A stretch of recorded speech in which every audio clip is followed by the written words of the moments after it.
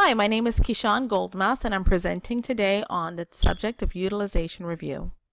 Utilization review is a clinical review of appropriateness of admission and planned use of resources. It involves a process of comparing pre-established criteria against the healthcare services to be provided to determine if it is necessary. An important role in utilization review is that of case management. Case management is the ongoing review of patient care in various healthcare settings to assure the medical necessity of the encounter and the appropriateness of the clinical services provided. Case managers are responsible for managing the review process and coordinating the patient's care with physicians, nurses, and other allied health professionals. That includes social workers and clerical assistants. While utilization management is coordinated by case managers, it is a physician-centered function. Utilization review focuses on using resources wisely. Its approach involves comparing patient data against pre-established criteria. Methods used are evidence-based guidelines and medical necessity review. And a main driver generally includes third-party payers such as insurance companies. Now, the steps in utilization review are pretty critical. Ideally, each step plays a role in determining medical necessity. So the 5 steps include pre-admission review, admission review, concurrent review, discharge planning, and audits or other retroactive reviews. So with pre-admission and admission review steps, the case manager uses criteria and screening software, and in some cases may contact the patient's third-party payer to confirm that the admission is approved. The process begins with the collection of information, including the symptoms, diagnosis, results of any lab tests, and list of required services. The committee then reviews the criteria for the patient's condition. It may compare the patient's medical information to the health plan's medical necessity criteria as well. The next step involves or the concurrent or continued stay review assures the continued medical necessity and appropriateness of care being delivered to the patient, along with appropriate documentation to support the decisions made concerning necessity and appropriateness.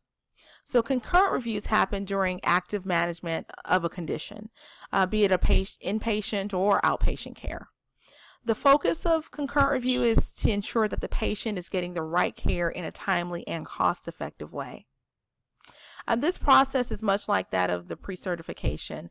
After the patient begins a medical treatment, any new treatments found on the insurance company's pre-approval list are submitted to the insurance company for approval.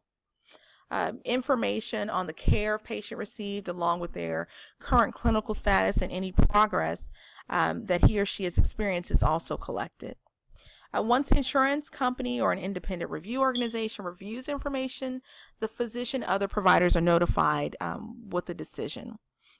So something else to consider is that an important part of concurrent review is the assessment of the patient's need after a hospitalization. So because concurrent review is used to decrease the amount of time the patient spends in the hospital, the first concurrent review often helps to determine the discharge plan. So now with discharge planning, it basically involves coordinating activities for the patient's release from the healthcare facility, along with appropriate documentation of the discharge status in the patient's health record. That plan can include transfer to rehabilitation, hospice, or other nursing facilities.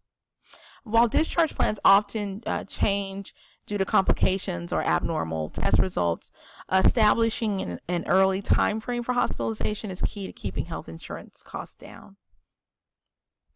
And the final process in the utilization process, or the final step rather, would be that of case managers working closely with HIM to conduct various audits and reviews for compliance with the work plan of the Office of Inspector General of the Department of Health and Human Services. One example that may occur in like an acute care facility would be that of a record review process. The retrospective review involves the review of medical records after the patient's medical treatment. For instance, an insurance company can use the results to improve or deny coverage that has already been received, and the information can be used in a review of the insurance company's coverage guidelines and criteria for a particular condition. The insurance company looks through the patient's records for evidence of appropriate low-cost health care. It then compares the patient's records to those of other patients with the same condition. It'll then review and possibly revise its treatment guidelines and criteria to ensure that the provided care is adequate and medically current for the condition.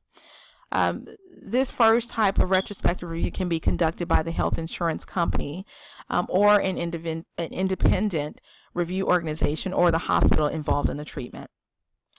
Another function of retrospective review is the approval of treatments that normally require pre-certification but were done without approval. This can happen if a patient is unresponsive and has not been able to obtain pre-certification. So emergency services, like surgery, also may be eligible for this type of review. In reference to insurance providers, the review takes place before any payments are made to the provider or the hospital.